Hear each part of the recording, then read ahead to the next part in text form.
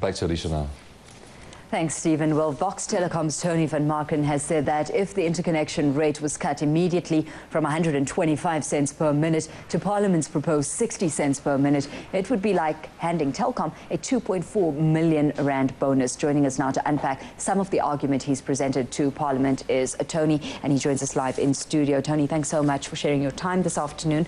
Well, as I've just said, you've highlighted how Telkom will be the only winner from this interconnect row. Let's get into the rationale behind that argument. Well, first of all, we've got to look at what the interconnect impact is in the whole industry. So the big debate in Parliament has been what Telkom pays the mobile operators, which right now is £1.25, and they pay them 29 cents.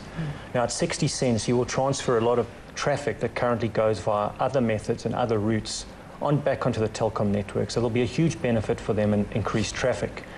In theory, they should pass on the drop in interconnect back to the consumer. So currently they charge £1.25 plus 40 cents. If it goes down to 60 cents, we would assume they charge £1.05. And they said that at the hearings. But the issue is broader than that. What is the real impact on the mobile consumers? And I think Parliament talked about trying to give Christmas presents to everyone. Yeah. And that, at the end of the day... And that's how we see it. You see it as rates coming down, in effect spelling more money in the consumer's pocket. Correct. But a decrease in interconnect rates doesn't mean that your retail tariff on your mobile phone bill will go down. And that's the big issue. And if you look at the submissions in Parliament, the mobile operators said they use interconnect to subsidise the deployment in rural areas. They provide access to 50% of their customer base who generate less than 10 Rand a month. So I'm not arguing in favour of the mobile operators, but the issue is actually broader than interconnect. We need local number portability. We need what's called carrier pre-select, so you can decide which network you want to use. And we need to unbundle the local loop so we have access to the last mile. And if you can sort all these issues out, that will actually lead to a drop in prices for South Africans. Let's take a look at your specific position amidst all of this. Vox Telecom, how hard do you see yourselves being hit as a result of this, with volumes being directed via different routes? Well, we have advantages and disadvantages. On the one hand, we have a consumer offering called Telepreneur. So lower interconnect rates make those retail tariffs more competitive, so that's good for us.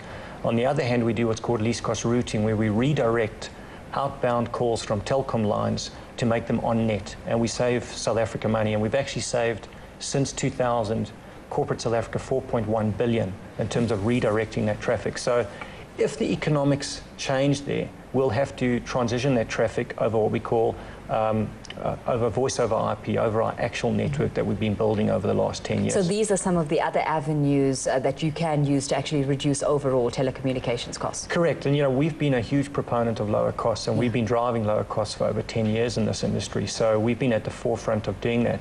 But you actually have to give the industry some time to deal with a change in interconnect. And what we've suggested is that what's called a glide path, which has been followed internationally. It's viewed as best practice. It's been done in 20 EU countries, where you reduce interconnect over a 2 to 3 year period so that the entire industry can actually alter some of their business models. Just looking at the benefits that Telkom has to gain here, I mean, you talk about cross-subsidies. Does South African law actually allow for cross-subsidies?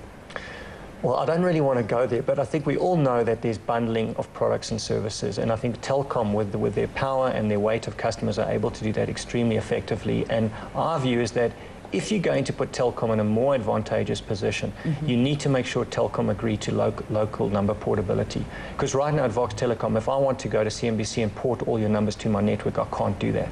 It's not actually allowed.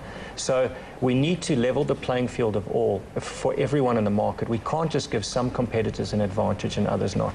And if that does come to the fore, then just how competitive can you afford to be in the current climate? Extremely competitive, because then I can target thousands of businesses that I can transition onto our network and offer them cheaper telephony. And at the moment, our hands are tied behind our back on some of those issues. Okay, looking at some of the challenges you face, the way forward as we progress through this, of course, you've presented your cases to Parliament. What next? Well, the Portfolio Committee needs to meet again, but I think having government intervene in this market has created the awareness and heightened the focus on these issues, but ultimately ICASA has to actually regulate these issues and solve them. And I think we have to go back to the starting point of having a strong regulator that's well set up and structured to succeed.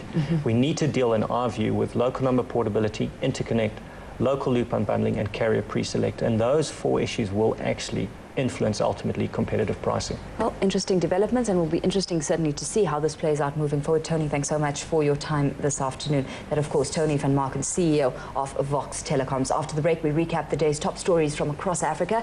And can Nigeria pull a rabbit out the hat as it frantically tries to solve its energy problems and meet Vision 2020? That's what we find out straight after this.